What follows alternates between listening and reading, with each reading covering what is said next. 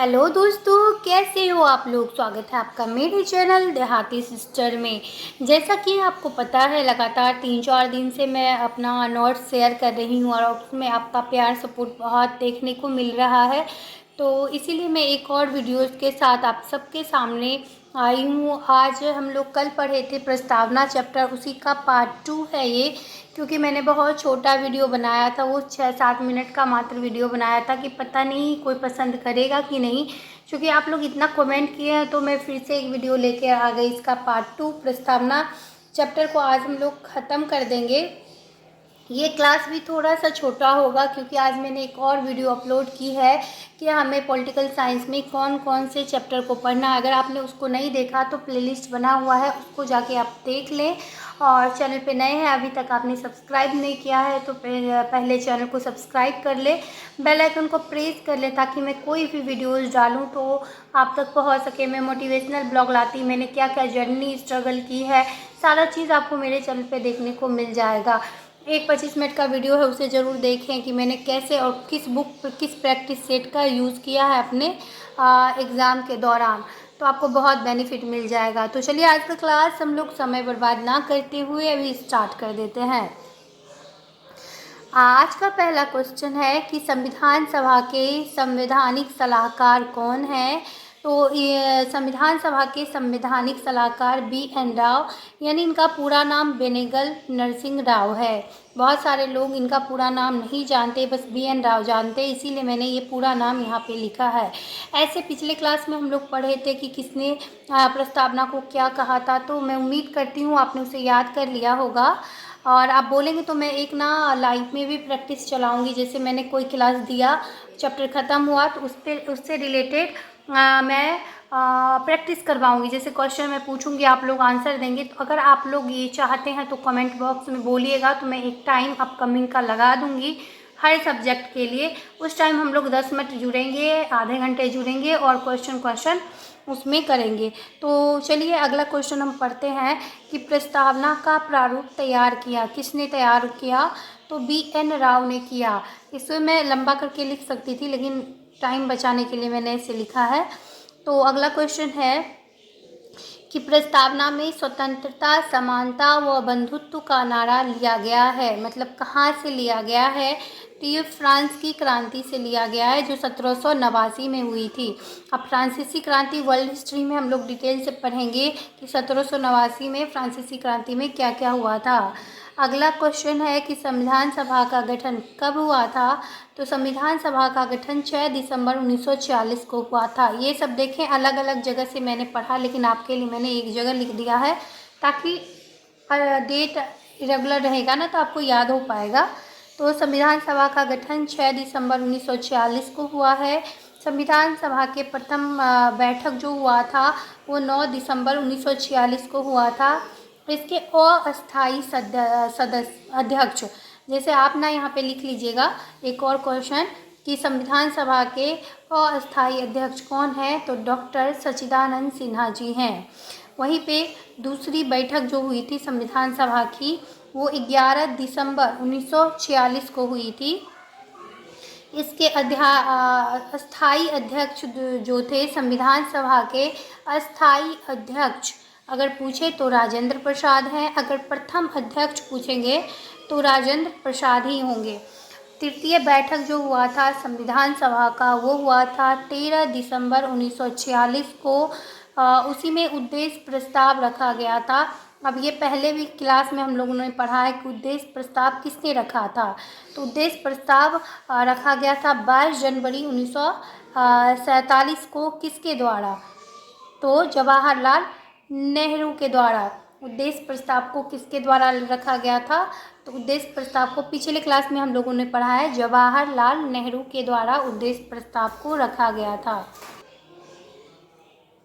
अगला क्वेश्चन है प्रस्ताव पास हुआ था। अभी मैंने बताया था ना कि उद्देश्य प्रस्ताव कब पास हुआ था, पिछले क्लास में भी मैंने बताया था। तो ये उद्देश्य प्रस्ताव जो है 22 जनवरी 1947 को पास हुआ था। संविधान सभा को कब अपनाया गया था, ये सारा आज वाला क्लास का जो डेट है ना उसे आप याद कर लें। आप ये ना देखें कि 10 मिनट का क्लास है, वो मेरा 1 घंटे का क्लास को मैंने 10 मिनट में आपको पढ़ाया है, ये तो आप देखें। और उसको आपको रटना पड़ेगा। जैसे 4 क्लास आता है ना, 4 को आप उसी दिन रटें, ताकि अगले दिन के लिए आप अगला क्लास रखें और पीछे वाला भी रिवीजन के लिए रखें, तो आपको टाइम नहीं मिलेगा। मैं जितना पढ़ पा रही हूँ ना, जितना मैं पढ़ती थी, तो मुझे टाइम नहीं मिल पाता था। यही है कि मैंने इसे शॉर्ट्स किया है, और आप जैसे मैं लिखती थी अपने नोट्स में पहले लॉन्ग, उसके बाद इस टाइप से बनाती थी, तो आपको ये एक बार में मिल गया है। बस इतना ही अंतर है, लेकिन पढ़ना तो आपको पड़ेगा ही पड़ेगा। संविधान सभा को अपनाया गया है तो 26 नवंबर 1949 को अपनाया गया है। अगला क्वेश्चन है, संविधान सभा कब लागू हुआ था? तो लागू अगर पूछेगा तो 26 नवंबर 1949 को। भारत की प्रकृति क्या है? भारत की प्रकृति है, इसे आप लाइन में ही याद रखें, क्योंकि कभी कभी पूछ देता है कि क्या नहीं है, या फिर इसे कैसे अनाउंस करें। तो संप्रभु, समाजवादी, पंथ निरपेक्ष, लोकतांत्रिक, गणतांत्रिक राज व्यवस्था वाला देश है भारत। तो इसे आप याद कर लीजिएगा। संविधान का उद्देश्य क्या है? न्याय है, स्वतंत्रता है, समानता है और बंधुत्व है। अगला क्वेश्चन है, भारत को गणराज्य घोषित किया गया, मतलब कब घोषित किया गया? अब देखिए, यहाँ लागू करने की बात होगा या अपनाने की बात होगा तो 26 नवंबर 1949 को होगा। लेकिन वहीं पे अगर गणराज्य की बात करेगा कि गणराज्य कब घोषित किया गया था भारत के संविधान को कब गणराज्य घोषित किया गया था? संविधान सभा 26 जनवरी 1950 को किया गया था। ये डेट ना बहुत इम्पोर्टेंट है, इसे आप इम्पोर्टेंट लिख ले, टिक आउट कर ले। पंथ निरपेक्ष को कब जोड़ा गया था? ये भी बहुत इम्पोर्टेंट है। मैं जो भी लिख रही हूँ ना, बहुत इम्पोर्टेंट जो होता है ना वही लिखती हूँ। तो पंथ निरपेक्ष को जोड़ा गया है 42वें संविधान संशोधन के द्वारा, इसे जोड़ा गया है। आगे हम लोग पढ़ेंगे और क्या क्या 42वें संविधान संशोधन के द्वारा जोड़ा गया है। अगला क्वेश्चन है कि विश्व का सबसे बड़ा लोकतांत्रिक देश कौन सा है? तो विश्व का सबसे लोकतांत्रिक देश है भारत है, और भारत ही ऐसा एक देश है जिसका लिखित संविधान सबसे बड़ा है। ऐसे सबसे बड़ा बोलेगा तो अमेरिका का है, लेकिन लिखित में अमेरिका में नहीं है और लिखित में है, और भारत में लिखित संविधान सबसे बड़ा संविधान भारत में ही है। अगला क्वेश्चन है, भारत की प्रस्तावना में एक बार संशोधन किया गया है। बिल्कुल, ये बिल्कुल सही बोल रहा है कि भारत की प्रस्तावना में बस एक ही बार संशोधन किया गया है, वो भी 42वां संविधान संशोधन में संशोधित किया गया है, जो कि संविधान संशोधन 1976 का था। 1976 का संविधान संशोधन जो हुआ था, इसी में 3 शब्द को जोड़ा गया था। ये 3 शब्द जो है ना बहुत इम्पोर्टेंट है, क्योंकि बार बार एग्ज़ाम में पूछता है कि जैसे ये है समाजवादी, पंथ निरपेक्ष, अखंडता, मतलब ये तीनों शब्द जो है ना, तो जैसे पूछेगा क्वेश्चन कैसे बनेगा मैं बता देती हूँ कि समाजवादी शब्द को संविधान संशोधन में कब जोड़ा गया? तो 1976 में जोड़ा गया। इस संविधान संशोधन में जोड़ा गया। जैसे समाजवादी शब्द को भारतीय संविधान के किस संविधान संशोधन में जोड़ा गया? तो ये 42वें संविधान संशोधन में जोड़ा गया। तो ये देखिए, ये 3 वर्ड है ना, तो इसमें 3 दूनी 6 क्वेश्चन बन जाता है।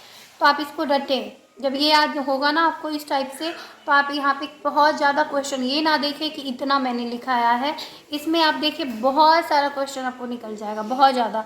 तो इसको मैं अलग अलग भी लिख सकती थी कि समाजवादी शब्द को कब जोड़ा गया? 42वां संविधान संशोधन में।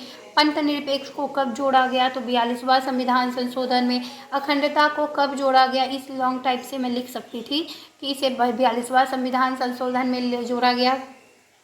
अब समाजवादी शब्द किस ईस्वी में जोड़ा गया? 1976 में। इतना लंबा मैं नहीं की, एक बार मैं आपको यहाँ पे शॉर्ट्स करके बता दी ताकि आपको आसानी हो। और एक बार में आप ये याद करें कि समाजवादी, पंथ निरपेक्ष, अखंडता को 42वें संविधान संशोधन 1976 में जोड़ा गया। मैं ऐसे ही याद करती थी। और इसे लघु संविधान यानी मिनी कॉन्स्टिट्यूशन भी बोलते हैं प्रस्तावना को। तो इसे भी आप बहुत इम्पोर्टेंट में याद रखें, क्योंकि वो ये बहुत अहम रोल अदा करता है। बहुत सारे एग्ज़ाम में, ये बीपीएससी के एग्ज़ाम में फेवरेट क्वेश्चन उनका ये पूछा जाता है, तो इसे आप याद कर लें। ये जो मैंने बाद में बताया ना, ये बहुत इम्पोर्टेंट है। जिस पे मैं टिक आउट कर रही हूँ उसको आप ज़रूर इम्पोर्टेंट में लिखें। और दूसरी बात, जो भी मैं लिख रही हूँ सारा चीज़ ही इम्पोर्टेंट है। आप एक भी वर्ड छोड़ेंगे तो तभी आप बाद में बोलेंगे कि दीदी आपने ये लिखाया नहीं, तो आपको ये दिखाऊंगी मैं कि मैंने लिखाया था, आपने याद नहीं किया। आप रटना शुरू करें, सिर्फ नोट्स मत बनाएं। अच्छे अच्छे राइटिंग में लिख लेना ही पढ़ाई नहीं होता है। आप नोट्स बनाते हैं तो उसको याद करें। मैं बोल रही हूँ जितना मैं एक दिन में क्लास शेयर करती हूँ ना, मैं उतना याद नहीं कर पाती एक हाउस वाइफ होके। आप कैसे याद कर लेते हैं? आप उसको अच्छे से याद करें ना, जिससे इतना याद कर लें कि दोबारा उसको पढ़ने की, याद करने की ज़रूरत ना हो, सिर्फ रिवीजन करें। मतलब दूसरे दिन हम दूसरा चैप्टर पढ़ें ना, तो उसको बस एक लाइन में, और जब भी आप पढ़ने बैठे तो पहले जैसे ये क्लास है तो इसको मैं ऐसे ऐसे पढ़ लेती थी, उसके बाद दूसरा क्लास में याद कर लेती थी। और याद ही करना पड़ेगा, समझने का टाइम बहुत कम देता है बीपीएससी। कभी भी फॉर्म निकलेगा और कभी भी एग्ज़ाम ले लेता है, 10 दिन में भी एग्ज़ाम हो जाता है। तो तैयारी आप करते रहें। तो आज का क्लास मैं यहीं पे ख़त्म करूँगी। कल से थोड़ा लंबा क्लास लाऊंगी मैं, आधे घंटे का ऊपर भी क्लास जा सकता है कल से। आज मैंने कम इसलिए लिखा है ना, क्योंकि ये चैप्टर बहुत इंपॉर्टेंट है, तो छोटा छोटा होगा तो आप इसको कर पाएंगे कवर। और कल से आधे घंटे से ऊपर क्लास में लाऊंगी। अगर आपको मेरा ये छोटा सा प्रयास अच्छा लगा हो ना, तो प्लीज़ मेरे चैनल को लाइक शेयर और सब्सक्राइब करिए, बेल आइकन को प्रेस करिए और अच्छे अच्छे कमेंट करिए। नेक्स्ट क्लास के लिए मैराथन चाहिए तो वो भी मैं करवा दूँगी। लेकिन एक बात आप सुने कि आप ये ना देखें 10 मिनट का। मैं क्या बोलूँ, मेरा ये क्लास जो था ना, मैंने 2 घंटे का क्लास पहले उसको लिया था, लंबा लिखा, थ्योरी टाइप से लिखा, फिर उसमें क्वेश्चन निकाला और इतना छोटा कर दिया। तो ये 2 घंटे का क्लास था मेरे, मतलब कोर्स का। मैं 2 घंटे वहाँ पे देती थी, उसके बाद इतना मैं क्वेश्चन अरेंज कर पाती थी उससे। और इसमें बहुत सारा है जो कि एनसीईआरटी से भी है, एससीईआरटी से भी मुझे मिला और प्रैक्टिस सेट में भी मिला है। तो आप इसको फोकस करें, आपको खुद मिलेगा। ये 15 दिन आप पढ़ें। मैं 1 महीने बोलती थी, आज मैं बोलती हूँ 15 दिन ही पढ़ें आप। उसके बाद आप किसी के चैनल पे जाके वहाँ पे आप क्वेश्चन खेलें, आपका 50% वहाँ से कवर हो जाएगा। तो आई होप आपको ये छोटा सा प्रयास बहुत अच्छा लगा होगा। ज़रूर आप शेयर करेंगे, लाइक करेंगे, सब्सक्राइब करेंगे चैनल को। Thank you so much. अब नेक्स्ट क्लास में हम लोग मिलते हैं। ये क्लास इस सब्जेक्ट का कल ही आएगा। Thank you so much. अगला क्लास के लिए वेट करें, आज बहुत सारा क्लास आएगा।